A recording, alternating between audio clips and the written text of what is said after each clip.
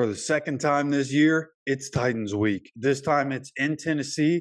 And starting this week on the practice report, the Colts ended up doing a walkthrough. So these are just projections for how they would have been at practice. But this is what we end up with. Okay, starting with the Titans, they have Daniel Brunskill, their guard, on the injury report with a knee injury as a limited participant. And Titans offensive line, not very good outside of their rookie, Peter Skoronski. So they're going to need all they can get on their offensive line. It'll be interesting to see what happens with this. But being a limited participant on Wednesday, seems like he'll probably have a chance to play. And then Treylon Burks was on the practice field for the first time since he got the concussion on November 2nd. And he was a limited participant in practice. Obviously, he's going to have to clear the concussion protocol.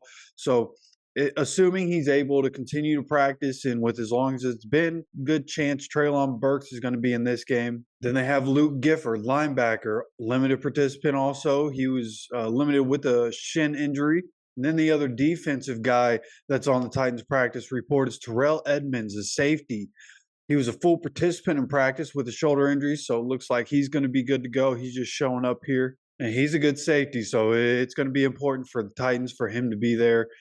And then you look at the last name on the Titans injury report. It's Will Levis, who's a limited participant with an ankle injury. Now, quarterback, ankle injury, you assume he's probably going to play. He might be a little limited in mobility, but he's probably going to play. But it is interesting that he's showing up. Somebody who has mobility, if his mobility is limited at all with the offensive line in front of him, that would definitely be advantage Colts. Okay, and then you go look at the Colts injury report and what we got going on this week. Julius Brents still not practicing with the quad injury.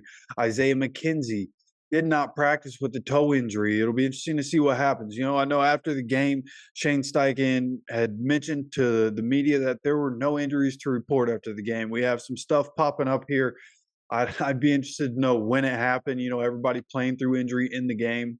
And with the toe injury for Isaiah McKenzie, that could end up being a big deal. We'll see what happens there the rest of the week, but marked as a did not practice on Wednesday. And then obviously Jonathan Taylor, who will be out this week and next week at the very least with the thumb injury. So he obviously was not at practice. Then our one limited participant today in practice was DeForest Buckner with the shoulder injury. And obviously with Grover Stewart being out for one more week, we're going to need DeForest, man. Going to need him in a big way, especially with Derrick Henry on the other side. So really hoping he's able to continue to practice, really hope he's able to play this week. Another guy I'm really hoping is able to play this week is going to be Ryan Kelly. This is the mysterious case of Ryan Kelly. He practiced all week last week. Ended up being a full participant for a couple of days, ends up a full participant in practice for the walkthrough today.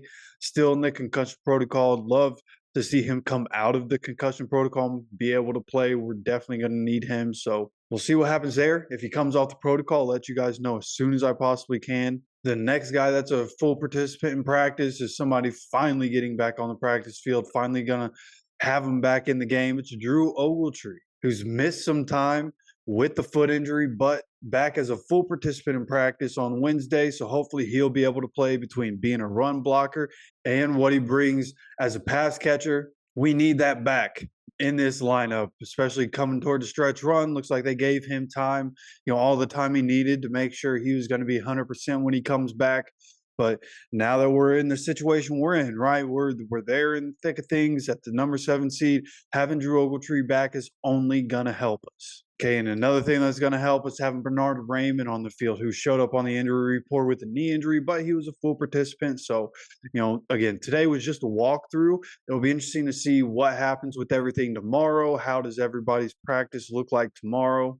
And unfortunately, I won't be able to have that update for you until Friday morning, but I will be talking about it with you guys. So make sure you subscribe with notifications on so you get notified when that video comes out. We're going to be doing more Would You Rather tomorrow. So make sure you get notified for that one. It's Titans week, so it's a big one, man. This is a division game. It could go either way. And right now where we're sitting, we need to win these games that we're supposed to win. All right, so with that said, as always, take care of yourself, take care of each other, and go Colts.